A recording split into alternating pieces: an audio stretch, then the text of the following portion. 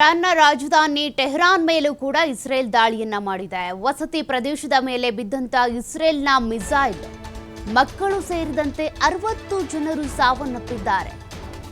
Iran ರಾಜಧಾನಿ tell Aviv ಸೇರಿದಂತೆ Tehran ಇರಬಹುದು, ಹೀಗೆ ಬೇರೆ ಬೇರೆ ಪ್ರದೇಶಗಳ ಮೇಲೆ ಇಸ್ರೇಲ್ ದಾಳಿ ಮಾಡ್ತಾ ಇದೆ. ಈಗಾಗಲೇ ಇರಾನ್ನ ಮೇಲೆ ಮಾಡಿದಂಥ ದಾಳಿಯಿಂದಾಗಿ 3 ಜನ ಪರಮಾಣು ವಿಜ್ಞಾನಿಗಳು ಕೂಡ ಸಾವನ್ನಪ್ಪಿದ್ದಾರೆ. ಇರಾನ್ನ ರಾಜಧಾನಿ ಟೆಹರಾನ್ ಮೇಲೂ ಕೂಡ ದಾಳಿ ನಡೆದಿರೋದ್ರಿಂದ ಜನವಸತಿ ಪ್ರದೇಶದ ಮೇಲೆನೆ ಈ ಒಂದು ಇಸ್ರೇಲ್ನ ಮಿಸೈಲ್ ಬಿದ್ದಿರೋದ್ರಿಂದ 60 ಜನ ಮೃತಪಟ್ಟಿದ್ದಾರೆ, ಅದರಲ್ಲಿ ಮಕ್ಕಳು ಕೂಡ ಸೇರಿದ್ದಾರೆ. ಇಸ್ರೇಲ್ ವಿರುದ್ಧ ಪ್ರತಿದಾಳಿ ನಡೆಸ್ತಾ ಇದೆ ಇರಾನ್.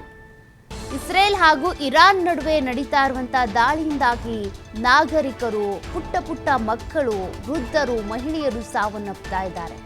ಈ ದಾಳಿ ಯಾವಾಗ ನಿಲ್ಲುತ್ತೆ, ಪ್ರತಿದಾಳಿಗಳು ಯಾವಾಗ ನಿಲ್ಲುತ್ತೆ ಅಂತ ಕಾಯ್ತಾ ಇದ್ದಾರೆ ಜನ. ಆದರೆ ಇರಾನ್ ಮತ್ತು ಇಸ್ರೇಲ್ ನಡುವಿನ ದಾಳಿ ಪ್ರತಿದಾಳಿಗಳೇನಿದ್ದಾವೆ ಗಮನಿಸ್ತಾ ಇದ್ದೀರಾ, ಬಹಳ ದೊಡ್ಡ ಮಟ್ಟದಲ್ಲೇ ನಡೀತಾ ಇರೋದು. ಒಂದು ಸಲ ದಾಳಿ ಆಯಿತು ಅಂದರೆ 50ರಿಂದ 60 ಜನ ಮೃತಪಡ್ತಾರೆ.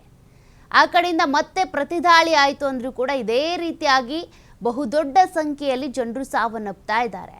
ಇರಾನ್ ಮತ್ತು ಇಸ್ರೇಲ್ ನಡುವಿನ ಈ ಕದನ ಏನಿದೆ ವಿರಾಮನೆ ಪಡ್ಕೊಳ್ತಾ ಇಲ್ಲ.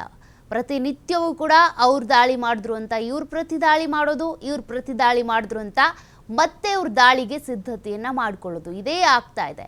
ಇರಾನ್ ಏನೋ ಪರಮಾಣು ಬಾಂಬನ್ನು ತಯಾರಿಕೆ ಮಾಡೋದಕ್ಕೆ ಅಂತ ಯುರೇನಿಯಂ ಸಂಗ್ರಹ ಮಾಡ್ತಾ ಇದೆ ಅನ್ನುವಂಥ ಒಂದು ವಿಚಾರ ಗೊತ್ತಾಗ್ತಾ ಇದ್ದಂತೆ ಈ ರೀತಿ ಇಸ್ರೇಲ್ ಪದೇ ಪದೇ ದಾಳಿ ಮಾಡ್ತಾ ಇದೆ.